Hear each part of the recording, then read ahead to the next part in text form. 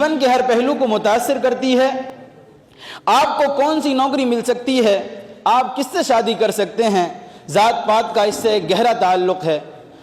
हिंदुस्तान के पसमानदा तबकों में समाजी इक़्तिसादी हालत में बेहतरी लाने या उसे बेहतर बनाने में ज़ात पात का एक बहुत बड़ा दखल है।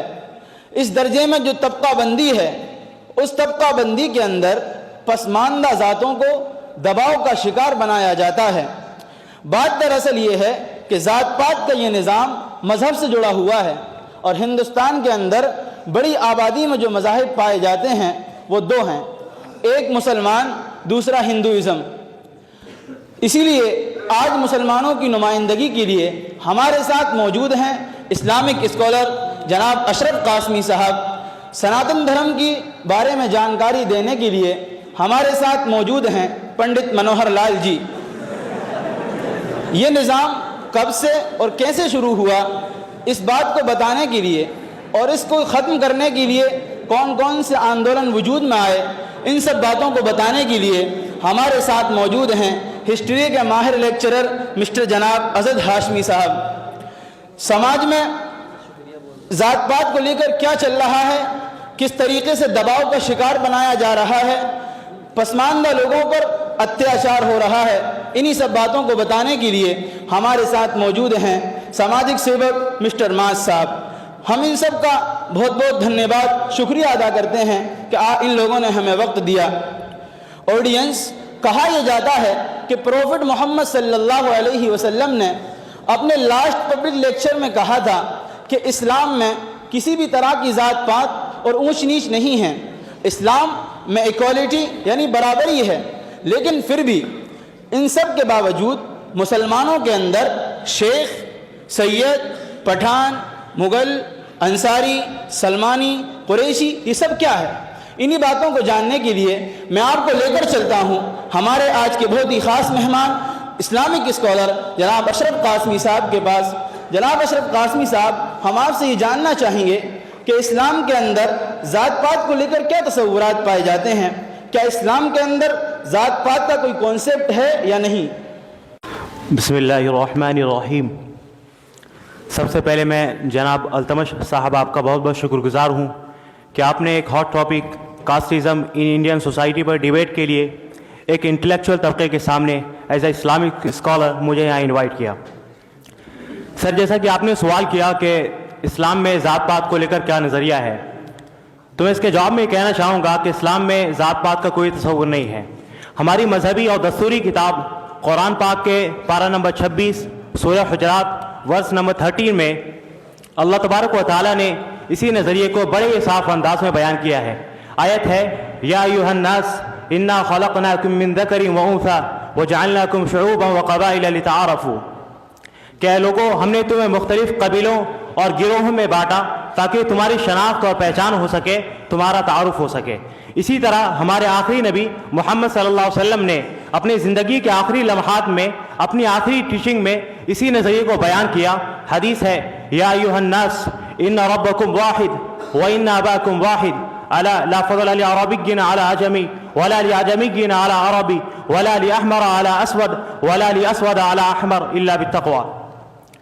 कि ए लोगों, तुम्हारा रब एक है और तुम सब एक ख़ानदान की और एक बाप की औलाद हो। किसी आजमी को किसी अरबी पर और किसी अरबी को किसी आजमी पर कोई फजीलत हासिल नहीं है। अल्लाह तबारक व तआला के यहाँ फजीलत का कोई मेयार है, कोई स्टैंडर्ड है, तो सिर्फ और सिर्फ पाइटी और तकवा है। इन बातों से मालूम होता है कि इस्लाम में न ज़ात पात का तस्वुर है और न इस बुनियाद पर कोई भेदभाव है, बल्कि इस्लाम की नज़र में सारे लोग बहैसियत इंसान बराबर है। जनाब अशरफ साहब, जैसा कि आपने बताया कि इस्लाम के अंदर ज़ात पात नहीं है, तो फिर आप ये बताइए, ये पठान, मुग़ल, अंसारी, सलमानी, कुरैशी, ये सब क्या है? सर, मैंने पहले ही आपको बता दिया कि ये सिर्फ और सिर्फ तारुफ के लिए है, पहचान के लिए। खास खान हो, पठान हो, सैयद हो। जैसे आप किसी रोड पे चल रहे हो और हर देखा होगा आपने, क्या थोड़ी दूर पर बोर्ड लगा हुआ होता है, sector number 1, sector number 2, sector number 3, तो जाहिर है कि ये सिर्फ और सिर्फ लोग की गाइडेंस और रहनुमाई के लिए है। ठीक इसी तरह ये खान पठान वगैरह है। अब इस चीज़ को, ज़ात पात को फ़ख्र का, प्राउड फील का, डिस्क्रिमिनेशन का या रेसिज्म का हिस्सा बनाना इस्लाम किसी भी सूरत में इसकी इजाज़त नहीं देता है। ऑडियंस, आपने इस्लामिक स्कॉलर को सुना। अब हम आपको लेकर चलते हैं सनातन धर्म के गुरु पंडित मनोहर लाल जी के पास। कहा यह जाता है कि हिंदू धर्म के अंदर हमें ये बात साफ तौर पर मिलती है कि हिंदू धर्म में ज़ात पात ही नहीं बल्कि ज़ातिवाद भी है। हिंदुओं की मजहबी पुस्तक मनुस्मृति हमें बताती है कि हिंदुओं को 4 जगहों में बांटा गया है। ब्राह्मण, क्षत्रिय, वैश्य, शूद्र, इन 4 जातियों में बांटा गया है। हम पंडित जी से पूछना चाहेंगे, पंडित जी इसके बारे में आप क्या कहना चाहते हैं, क्या ऐसा ही है? सर्वप्रथम मैं आपका और दर्शकों का बहुत बहुत आभारी हूँ कि आपने एक सनातनी को सनातन धर्म की सच्चाई समझाने के लिए इस खूबसूरत से मंच पर आमंत्रित किया।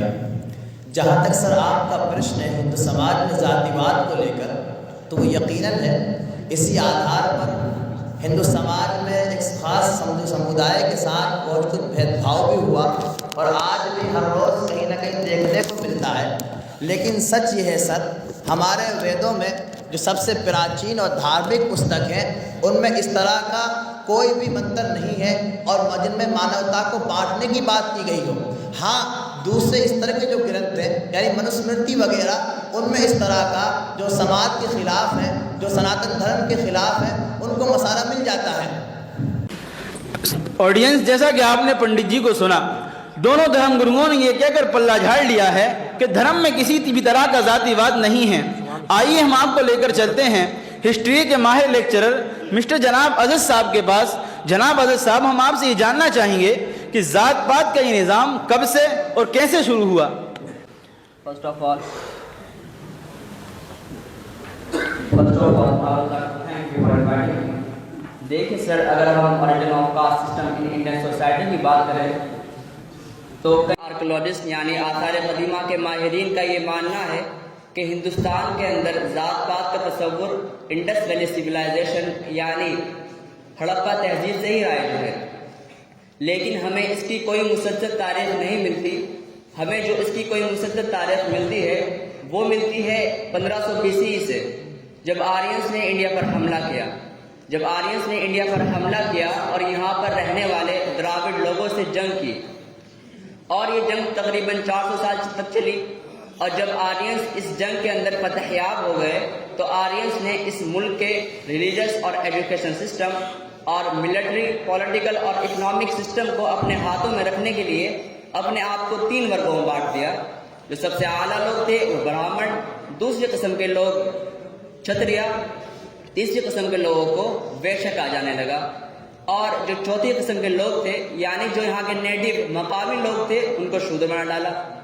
और कई हिस्टोरियन का ये भी कहना है कि आर्यंस ने खुद को ब्राह्मण और दूसरे किस्म के लोग यानी जो इस जंग के अंदर जिन्होंने आर्यंस की मदद की थी उनको क्षत्रिय, और तीसरे किस्म के लोग जो जिन्होंने आर्यंस की न मदद की लेकिन वो इस जंग के अंदर गैर जानिबदार रहे उनको वैश्य बना दिया, और जिन्होंने इस जंग के अंदर आर्यंस के दांत खट्टे कर रखे थे उनको उन्होंने शूद्र बना दिया और ये कहा कि ये अनटचेबल लोग हैं, इनको छुआ ना जाए, बल्कि ये अछूत लोग हैं। और यही 4 वर्ण आज हिंदुस्तान के अंदर चल रहे हैं और 1500 BCE से लेकर ये सिलसिला आज तक जारी है। ऑडियंस, जैसा कि आपने सुना, हमारे हिस्ट्री के माहिर लेक्चरर ने बताया कि ये जात पात का निज़ाम आज से नहीं बल्कि प्राचीन काल से चला आ रहा है, लेकिन धार्मिक गुरु मानने के लिए तैयार नहीं है। पंडित जी, मैं आपसे ये पूछना चाहूँगा, जैसा कि अभी आपने कहा कि आपके धर्म के अंदर जात पात नहीं है, तो फिर ये ब्राह्मण, क्षत्रिय, वैश्य, शूद्र ये सब क्या है? सर, ये सब जात थोड़ी है, ये सब प्रकार है। जिस तरह हम लोग आम खाते हैं, अब आम कई प्रकार के होते हैं, कोई दशहरी होता है, कोई कलमी होता है, कोई लंगड़ा होता है सब आम, लेकिन सबके स्वाद अलग अलग है। ऐसे ही हमारे गीता में तो बतलाया गया कि मनुष्य कैसा होता है। मनुष्य ब्राह्मण प्रकार का होता है, मनुष्य कैसा होता है, मनुष्य वैश्य प्रकार का होता है, मनुष्य कैसा होता है, मनुष्य शूद्र प्रकार का होता है। तो सर ये सब प्रकार है, जात नहीं है। जात क्या है हमारी? जात हमारी है मनुष्य जाति के हम, यानी हम मनुष्य जाति को मानने वाले हैं। और सर ये मेरी बात नहीं है, ये वेदों का वचन है, इसको कोई नहीं नकार सकता। ऋग्वेद मंडल नंबर 10 सूक्त नंबर 90 मंत्र नंबर 12 में कहा गया है ब्राह्मण मुखमासी बाहु रजन्यकृता उरु ददजद्वेशिया बद ब्राह्मण शूद्र जाहियता कि ब्राह्मण जो है ये भगवान का मुख है और शूद्र जो है ये भगवान की चरण है और क्षत्रिय भगवान की भुजा है और वैश्य भगवान की जंघा उधर है। तो ब्राह्मण भगवान का मुख है और वैश्य भगवान की चरण है। तो सब ये जब भगवान के मुख और चरण है तो भगवान के पिता हुए, जब भगवान इनके पिता हुए तो फिर ये सब आपस में भाई भाई हुए, तो फिर भेदभाव कैसा? पंडित जी, आप जो कह रहे हैं कि ये जात पात नहीं बल्कि ये प्रकार है, इसी प्रकारता का नाम ही तो जातिवाद है। मैं आपके पास दोबारा आऊँगा। ऑडियंस, हम आपको लेकर चलते हैं आज के हमारे समाजी कारकुन मिस्टर माज साहब के पास। मिस्टर माज साहब, आप ये बताइए, जैसा कि आपने धार्मिक गुरुओं को भी सुना, हिस्ट्री के माहिर लेक्चरर को भी सुना, धार्मिक गुरुओं का कहना यह है कि धर्म में जातिवाद नहीं है, लेकिन तारीख ये बता रही है कि जातिवाद है, जात पात भी है। तो आप ये बताइए कि आप क्या सोचते हैं, समाज में जात पात का कॉन्सेप्ट होना चाहिए या नहीं?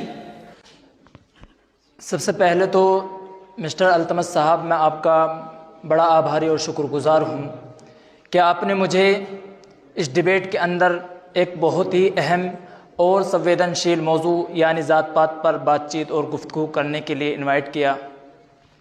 सर, जहाँ तक बात है हिंदुस्तान के अंदर ज़ात पात और ऊंच नीच की, तो आज इस समाज के अंदर ज़ात पात को लेकर लोग काफ़ी सीरियस है। मैं मुस्लिम समाज के लोगों से भी मिला हूँ, इसी तरह मैं हिंदू समाज के लोगों से भी मिला हूँ।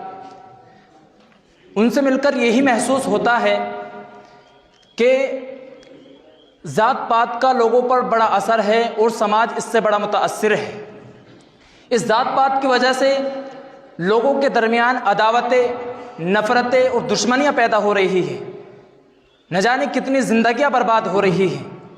और जो समाज के अंदर जो उल्फत, मोहब्बत, ताल्लुक़ और भाईचारे जो मकसूद और मतलूब है, वो इस ज़ात पात की वजह से मफकूद और ख़त्म हो चुकी है।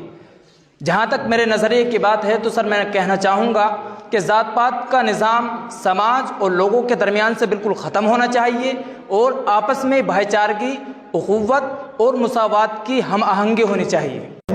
बिल्कुल सही कहा आपने।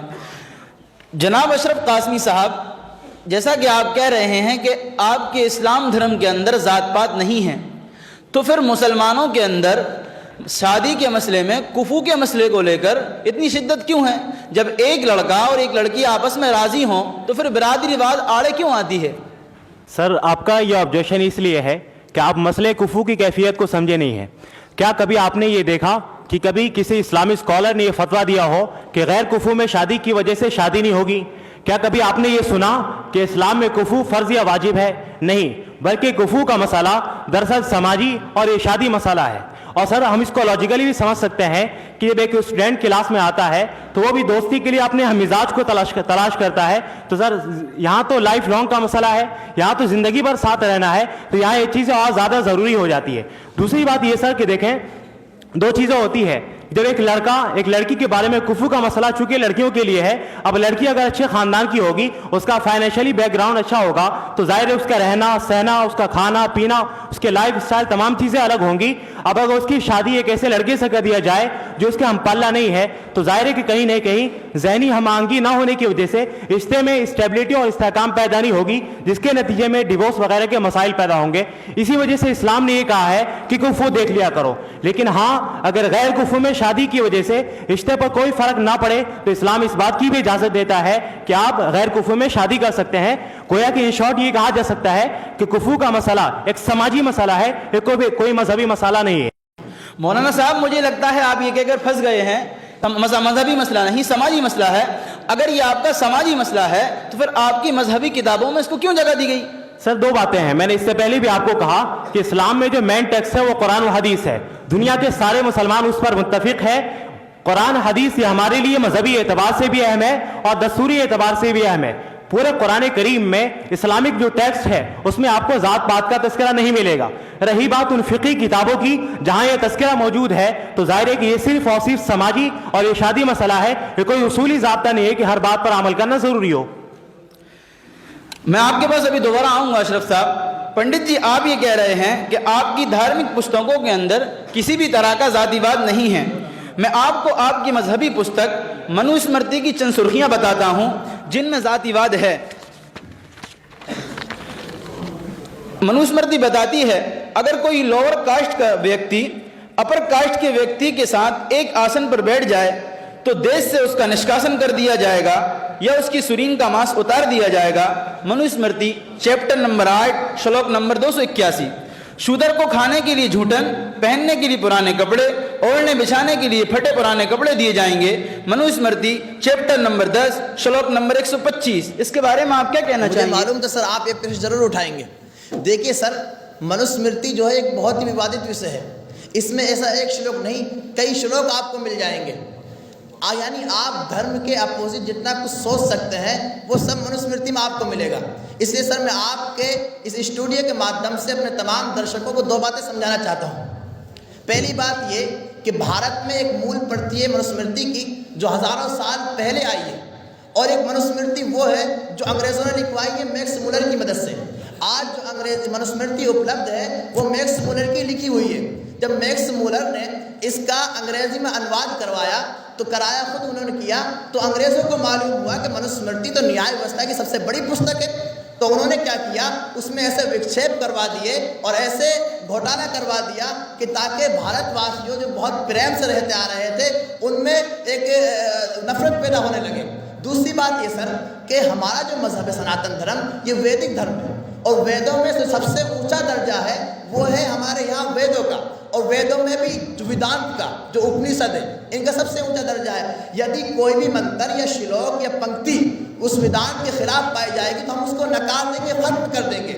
इसलिए हम ये कहना चाहते हैं कि निचले स्तर के जो ग्रंथ हैं मनुस्मृति वगैरह हो या भगवत गीता हो या और दूसरे हमारे ग्रंथ हैं उनमें अगर कोई भी ऐसा मंत्र या श्लोक या पंक्ति पाई जाती है जो मनुस्मृति जो वेद के वेदांत के खिलाफ हो तो हम उसको नकार देंगे, खत्म कर देंगे, डिसमिस कर देंगे। पंडित जी आप ये गलत कह रहे हैं, आप ये गलत कह रहे हैं। बीसीसी की एक रिपोर्ट के मुताबिक 95% लोग जो सनातन धर्म के मानने वाले हैं उनका कहना यह है कि मनुस्मृति को कानूनी तौर पे लागू किया जाए। आप ये कहकर कि इसको हम नकार देंगे, आप उन 95% सनातनियों की भावनाओं को ठेस पहुंचा रहे हैं। आपने सुना, मैंने ये कहा है मैंने मनुस्मृति को नहीं नकारा। मनुस्मृति तो वाकई संविधान है मानवता का। मैंने मनुस्मृति की उन पंक्तियों को और उन श्लोकों को, उन मंत्रों को नकारा है जो जातिवाद को बढ़ावा देते हैं, और इससे मेरी आवाज़ नहीं तमाम सनातनों की आवाज़ है। चलिए पंडित जी मैं आपके पास दोबारा आऊंगा। पंडित जी का दावा यह है कि एक मनुस्मृति वो है जो अंग्रेजों से पहले की है, एक मनुस्मृति वो है जो अंग्रेजों ने लिखवाई है। पंडित जी ये कह रहे हैं कि जिस मनुस्मृति में जातिवाद या जात पात का निज़ाम है मनुस्मृति वो मनुस्मृति है जो अंग्रेजों ने लिखवाई है। आइए इसको जानने के लिए हम आपको लेकर चलते हैं हिस्ट्री के माहिर लेक्चरर जनाब अदद साहब के पास। जनाब अदद साहब, जैसा कि पंडित जी कह रहे हैं क्या ये सच है? क्या तारीख में ऐसा कुछ हुआ है? देखिए पंडित जी का एक क्लेम कि ब्रिटिशर ने मनुस्मृति को चेंज करा दिया था और इससे पहले हिंदुज़म की किसी भी किताब के अंदर ज़ात पात का कॉन्सेप्ट पाया ही नहीं जाता। ये महज तारीख में की गई अपनी गलतियों पर पर्दा डालने का काम कर रहे हैं। क्योंकि अगर आप देखेंगे एक है मनुस्मृति संस्कृत वाली और दूसरी है इंग्लिश टेक्स्ट, अगर आप दोनों को एक साथ रखेंगे तो आपको पता चल जाएगा कि पंडित जी की बातों में कितनी हकीकत और कितनी सच्चाई है। और अगर आप for the sake of argument मान लीजिए कि मनुस्मृति को ब्रिटिशर ने चेंज कराया था, क्या इसके अलावा किसी भी किताब के अंदर, हिंदुज़म की किसी भी किताब के अंदर जात पात का तस्वुर नहीं पाया जाता है? अगर आप पढ़ेंगे यजुर्वेदा, मैं किसी स्मृति की बात नहीं करता बल्कि मैं वेद की बात कर रहा हूँ। यजुर्वेदा अध्याय नंबर 5 मंत्र नंबर 30, वेद के लिए ब्राह्मण, हुकूमत के लिए क्षत्रिय, कारोबार के लिए वैश्य और दुख उठाने के लिए शूद्र पैदा किया है। और इसी तरह विष्णु स्मृति वर्ष नंबर 9 चैप्टर नंबर 44 के अंदर ये लिखा हुआ है criminal and sinner will be born as a low caste people, यानी मुस्लिमीन और गुनाहगार छोटी जात में पैदा किए जाएंगे। और इसी तरह विष्णु स्मृति चैप्टर नंबर 5 वर्ष नंबर 104 में ये लिखा हुआ है if a low caste intentionally touch a high caste person then he is to be put to death, यानी अगर कोई छोटी जात वाला बड़ी जात वाले को जानबूझकर छू भी लेता है तो उसे मौत के घाट उतार दिया जाएगा। एक मिनट सर। تو یہ کہنا کہ برٹشر نے منوسمرتی کو چینج کرا دیا تھا اور اس سے پہلے ہندوازم کی کسی بھی کتاب کے اندر ذات پات کا کانسیپٹ پایا ہی نہیں جاتا، یہ محض تاریخ میں کی گئی اپنی غلطیوں پر پردہ ڈال رہے ہیں اور ہماری آنکھوں میں دھول جھونکنے کا کام کر رہے ہیں۔ آڈینس، جیسا کہ آپ نے سنا، ہمارے ہسٹری کے ماہر لیکچرر نے بتایا کہ ذات پات کا یہ نظام آج سے نہیں بلکہ بہت پرانے زمانے سے چلا آ رہا ہے، لیکن دھارمک گرو ماننے کے لیے تیار نہیں ہے۔ آئیے میں آپ کو لے کر چلتا ہوں ہمارے سماجک سیوک مسٹر معاذ صاحب کے پاس۔ مسٹر معاذ صاحب، آپ یہ بتائیے کہ ذات پات کو لے کر آج کل سماج میں کیا چل رہا ہے؟ کیا سماج اس ذات پات کے نظام سے جوجھ رہا ہے؟ کس قدر اس ذات پات کے نظام سے کرا رہا ہے اور سب کچھ کیا چل رہا ہے؟ ذرا کچھ بتائیے۔ سب سے پہلے تو مسٹر التمش صاحب، میں آپ کو بتا دوں کہ مجھے اس بات سے کوئی مطلب نہیں ہے کہ مذہبی کتابوں کے اندر کیا ہے۔ میں اسلام اور سناتن دونوں دھرموں کا سمان کرتا ہوں، لیکن سماج کے اندر کیا ہو رہا ہے ذات پات کو لے کر، یہ میں آپ کے سامنے رکھتا ہوں۔ یقیناً آپ جانیں کہ آج جو اونچے طبقات کے لوگ ہیں وہ نیچے طبقات کے لوگوں پر کتنا اتیاچار کر رہے ہیں، کتنا ظلم اور زیادتی کر رہے ہیں، اس کی چند رپورٹس میں اپنے ساتھ لے کر کے آیا ہوں، میں آپ کو دکھانا چاہوں گا، آپ کو بتانا چاہوں گا۔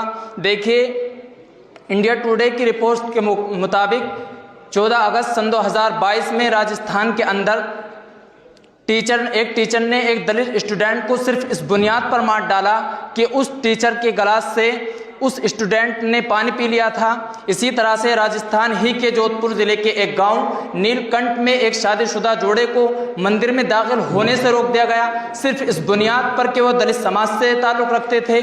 اور اسی طرح اتر پردیش کے بلند شہر کے کڑانا قصبے میں ایک CRPF کے جوان کو گھوڑے پر سوار ہونے کے لیے پولیس فورس کو بلانا پڑا، اس وجہ سے نہیں کہ وہ CRPF کا جوان تھا، بلکہ اس وجہ سے کہ وہ دلت سماج سے اور چھوٹے طبقے سے تعلق رکھتا تھا۔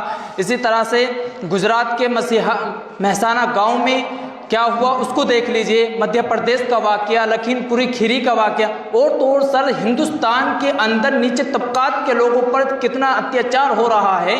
یہ رپورٹس بیان کی ہے نیشنل ہیومن رائٹس کمیشن نے کہ ہر 18 منٹ کے اندر ایک دلت مرد کے خلاف جرم کیا جاتا ہے، اور ہر دن 3 دلت عورتوں کے ساتھ ریپ کیا جاتا ہے، اور ہر دن 11 دلتوں کو مارا اور پیٹا جاتا ہے۔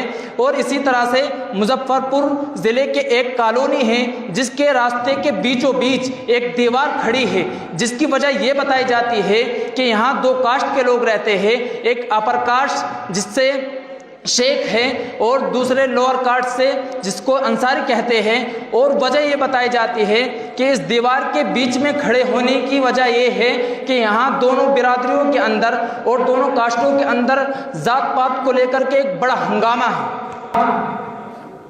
جناب اشرف قاسمی صاحب، جیسا کہ آپ نے سنا، ہمارے سماجی کارکن نے بتایا، وہ چاہے مظفر پور کے محلے کی دیوار ہو یا اسی طریقے سے گوگل پر مشہور ویب سائٹ میٹرومونیل ویب سائٹ ہو، یہ سب جب آپ کہہ رہے ہیں کہ اسلام میں ذات پات نہیں ہے تو پھر یہ سب کہاں سے آ رہا ہے؟ سر 2 چیزیں ہیں، ایک پریکٹس ہے اور ایک ٹیکسٹ ہے۔ میں نے اس سے پہلے بھی بتایا کہ دونوں میں زمین و آسمان کا فرق ہے۔ There is a gulf of difference between Islamic text and practice. دونوں کے اندر زمین و آسمان کا فرق ہے۔ آپ دیکھیں کہ اسلامک ٹیکسٹ میں ذات پات کا تذکرہ نہیں ملتا ہے۔ رہی بات پریکٹس کی، تو یہ چیزیں ہیں مسلمانوں میں، اور وجہ اس کی یہ ہے کہ چونکہ مسلم کمیونٹی اس ہندوستان میں ہزاروں برس سے دوسری کمیونٹی کے ساتھ رہتے آ رہی ہے، اور ظاہر ہے کہ جب 2 کمیونٹی ایک ساتھ رہتی ہے تو جہاں خوبیاں ایک دوسرے میں منتقل ہوتی ہے، ساتھ میں کچھ خرابیاں بھی منتقل ہوتی ہے۔ ٹھیک اسی طرح مسلم کمیونٹی کے اندر دوسری کمیونٹی سے کچھ خامیاں بھی، کچھ خرابیاں بھی منتقل ہو کے آئی ہے، اسی میں سے یہ ذات پات ہے، ورنہ اصلاً یہ مسلمانوں میں نہیں تھی۔ جناب اشرف صاحب، آپ یہ کہہ رہے ہیں کہ آپ کے ٹیکسٹ کے اندر ذات پات نہیں ہے، پریکٹس میں ہے۔ میں آپ کو بتانا چاہوں گا، آڈینس کہا یہ جاتا ہے کہ پروفٹ محمد صلی اللہ علیہ وسلم کی ہر بات مسلمانوں کے یہاں ٹیکسٹ کی حیثیت رکھتی ہے، اور پروفٹ محمد نے اپنے ایک پبلک لیکچر میں کہا تھا الائمۃ من قریش، کہ حکمرانی صرف اور صرف قریش کے لیے ہے، حاکم قریش ہی بن سکتے ہیں، تو اس سے کہیں نہ کہیں یہ ثابت ہو رہا ہے کہ پروفٹ محمد اپنی برادری کو اور اپنی ذات کو اونچا دکھانا چاہتے ہیں۔ اس کے بارے میں آپ کیا کہیں گے؟ سر، میں ابھی ایک اصول مینشن کرنا مناسب سمجھتا ہوں کہ کسی بھی اسلامک ٹیکسٹ کو سمجھنے کے لیے اس کے کانٹیکسٹ یعنی سیاق و سباق کو سمجھنا ضروری ہے۔ ٹھیک اسی طرح سے یہ حدیث جس کو آپ نے کوٹ کیا ہے اس کا بھی ایک پس منظر ہے، اس کا بھی ایک کانٹیکسٹ ہے۔ سر دیکھیں، حضور صلی اللہ علیہ وسلم کا یہ فرمانا الائمۃ من قریش، یعنی جو صاحب حکومت ہوں گے، جو حکومت کے مستحق ہوں گے، وہ قریشی قبیلے کے لوگ ہوں گے۔ اس حدیث کا بھی ایک پس منظر ہے، وہ پس منظر یہ ہے کہ اس حدیث کے اندر اللہ کے رسول صلی اللہ علیہ وسلم نے صرف ایک تشبیہ دی ہے، اور اس تشبیہ کا مقصد یہ ہے کہ اس زمانے کے اندر آپ دیکھیں حضور صلی اللہ علیہ وسلم کے یہ کہنا کہ حکومت کے مستحق وہ ہوں گے جو قریشی ہوں گے، اس کا مطلب یہ ہے کہ وہ خوبیاں جو قریش کے لوگوں میں تھی، وہ خوبیاں اگر اس آدمی کے اندر ہو تو وہ آدمی اس حکومت کا مستحق ہوگا۔ تو اس حدیث کے اندر صرف اور صرف تشبیہ دی گئی ہے۔ یہی وجہ ہے کہ آپ دیکھیں خلفاء راشدین کا زمانہ ہو یا بنو امیہ کا زمانہ ہو یا بنو عباسیہ کا زمانہ ہو، وہاں پر تو یہ قریشی خلیفہ نظر آتے ہیں۔ اس کے بعد کا زمانہ آپ دیکھیں کہ سلطنت عثمانیہ جس کے اسلامی حکومت ہونے پر تمام علماء کا اتفاق ہے، لیکن اس حکومت میں کبھی اس بات کا التزام نہیں کیا گیا کہ جو خلیفہ ہو وہ قریشی ہو۔ اس سے بات معلوم ہوتی ہے اس حدیث کے اندر صرف اور صرف تشبیہ دی گئی ہے، کوئی اسلامک لا نہیں ہے، کوئی اصولی ضابطہ نہیں ہے کس پر عمل کرنا ضروری ہو۔ جناب اشرف صاحب، میں آپ کے پاس ابھی دوبارہ آؤں گا۔ پنڈت جی، جیسا کہ ابھی آپ نے سماجی کارکن کو سنا تھا، سماجی کارکن کا کہنا یہ ہے کہ ہر ایک دن کے اندر 3 دلت عورتوں کے ساتھ ریپ کیا جا رہا ہے، ہر 18 منٹ میں ایک دلت پر کوئی نہ کوئی اتیاچار ہو رہا ہے۔ اب چاہے وہ راجستھان کے اندر دلت بچے کو مار دینے کا مسئلہ ہو، یا دلت عورتوں کے ساتھ ریپ کا مسئلہ ہو، یا کسی دلت پر اتیاچار کا مسئلہ ہو، جب آپ کہہ رہے ہیں کہ آپ کے ہندو دھرم کے اندر ذات پات نہیں ہے، تو پھر یہ سب کیوں ہو رہا ہے؟ دیکھیے سر، اس وقت بھارت میں ذات پات اور مندروں کو صرف سیاست کے لیے استعمال کیا جا رہا ہے، ورنہ سچ یہ ہے کہ سناتن دھرم بہت ہی پرگتیشیل دھرم ہے، اور کوئی بھی پڑھا لکھا شخص ذات پات نہیں مانتا، اور نہ ہی مندروں میں گروکل میں اس کی شکشا دی جاتی ہے۔ مسٹر معاذ صاحب نے جو دلت اتیاچار پر بات کہی ہے وہ واقعی بہت دکھد ہے، لیکن اس کا ہرگز یہ مطلب نہیں ہے کہ سناتن دھرم ذاتی واد کو بڑھاوا دیتا ہے۔ سر، سناتن دھرم دلت بھائیوں کو نہ کیول مندروں میں جانے کی انومتی دیتا ہے، بلکہ کوئی دلت اگر پجاری بننے میں سکچم ہے تو اس کو پجاری بننے کی بھی انومتی دیتا ہے۔ اسی طرح سر، کسی بھی کاریالے، ہوٹل، دکان آدی ساروجنک چھیتر میں کہیں بھی ذاتی واد نہیں پایا جاتا۔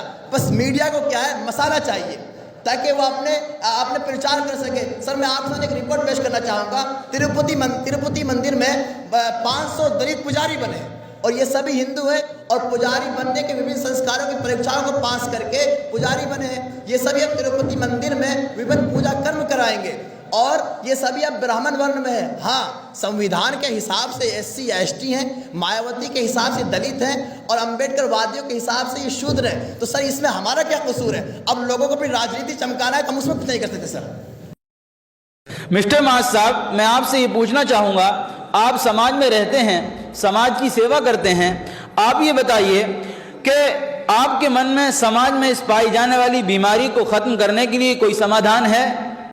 دیکھیے سر، ذات پات کو ختم کرنے کے لیے جو سب سے اہم چیز ہے وہ ہے سوشل ریفارم، یعنی سماجی اصلاح۔ اور سوشل ریفارم کیسے آئے گا؟ تو یہ آئے گا ایجوکیشن یعنی تعلیم سے، کیونکہ جب سماج کے اندر پڑھے لکھے لوگ ہوں گے تو وہ اس بات کو جانیں گے کہ ذات پات کوئی ایسی چیز نہیں ہے کہ جس کی بنیاد پر، جس کی وجہ سے ایک شخص کو دوسرے شخص پر بڑھتری حاصل ہو، یا ایک شخص کو دوسرے شخص پر فضیلت دی جا سکے۔ اسی طرح سے ایک بہت ہی اچھی صورت یہ بھی ہو سکتی ہے کہ جو ہندوستان کے اندر بڑی بڑی تنظیمیں کام کر رہی ہے، ان کو ذاتی واد کے خلاف آواز اٹھانی چاہیے، اور انسانیت اور بھائی چارگی کو بڑھاوا دینا چاہیے۔ اس تعلق سے ہمیں دوسرے ممالک کو پیش نظر رکھنا ہوگا، اور رکھنا چاہیے کہ وہاں زمینی صورتحال یہ ہے کہ وہ ذاتی پات جیسی چیزوں کو کوئی بڑھاوا اور کوئی اہمیت نہیں دیتے ہیں، تو سر بلکہ وہ اپنی اور ملک کی ترقی کے لیے اپنے آپ کو مصروف اور مشغول رکھتے ہیں۔ آڈینس، ہمارے سماجی کارکن نے بہت اچھی بات کہی ہے کہ سماج سے اگر اس بیماری کو ختم کرنا ہوگا تو ایجوکیشن کو بڑھاوا دینا ہوگا۔ میں آپ کو لے چلتا ہوں ہمارے ہسٹری کے ماہر لیکچرر جناب حضرت صاحب کے پاس۔ جناب حضرت صاحب ہم آپ سے یہ معلوم کرنا چاہیں گے کیا سماج کو اس دلدل سے نکالنے کے لیے فی الحال یا اس سے پہلے کتنی تنظیمیں یا کتنے آندولن وجود میں آئے اور وہ کس حد تک کامیاب ہوئے؟ دیکھیں سر، کاسٹزم کے خلاف تاریخ کے اندر مختلف تحریکیں آئی اور آج بھی آ رہی ہے۔ اگر ہم بات کریں سب سے پہلے تحریک تھی تو سب سے پہلے تحریک تھی 6th سینچری کے اندر بدھزم کی تحریک، اور اسی طرح اسی صدی کے اندر ایک بڑی تحریک آئی جینزم کی تحریک، اور پھر 8ویں صدی کے اندر بھکتی موومنٹ، اور 15ویں صدی کے اندر سکھزم کی تحریک آئی۔ حالانکہ ان تحریکوں نے آج مذہب کا جامع اوڑھ لیا ہے، لیکن ان کا اصل مقصد برہمنزم اور کاسٹزم کو ہٹانا ہی تھا۔ اگر ہم پچھلی کچھ صدیوں کی بات کریں تو Dalit movement led by doctor Bhim Rao Ambedkar, یعنی اس کی قیادت ڈاکٹر بھیم راؤ امبیڈکر نے کی تھی، ایک ایسی تحریک تھی جو ان تحریکوں میں ہمالیہ تحریک کی حیثیت رکھتی تھی۔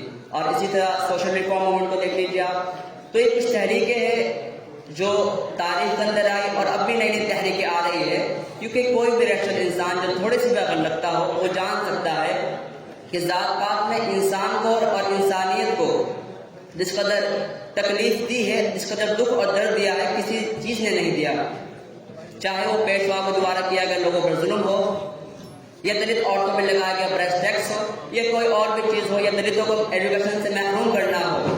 اصل کہنے کا مقصد یہ ہے کہ ذات پات نے انسان کو آج تک دکھ درد ہی دیا ہے، ہمیں جہاں تک ہو سکے ہمیں اس سے بچنا چاہیے۔ Thank you sir. جیسا کہ آپ نے سنا، ہمارے سماجک دھارمک گرو ہوں یا ہمارے سماجی کارکن ہوں یا ہمارے ہسٹری کے ماہر لیکچرر ہوں، یہ سبھی اس بات کی طرف جاتے ہوئے دکھائی دے رہے ہیں کہ سماج سے اس ذات پات کو نکالنا چاہیے، ذات پات کی اس بیماری کو ختم کرنا چاہیے۔ یہ ہمارے لیے بہت ہی خوش آئین بات ہے۔ ہم سب کو چاہیے کہ ہم کوئی ایسا قدم اٹھائیں کہ سماج ان بیماریوں سے نکل کر ہر ایک اپنے سماجی اور انسانی حقوق کے ساتھ زندگی گزارے اور ہر ایک کو اس کا حق مل جائے۔ یہیں پر آج کا ہم اپنا پروگرام ختم کرتے ہیں۔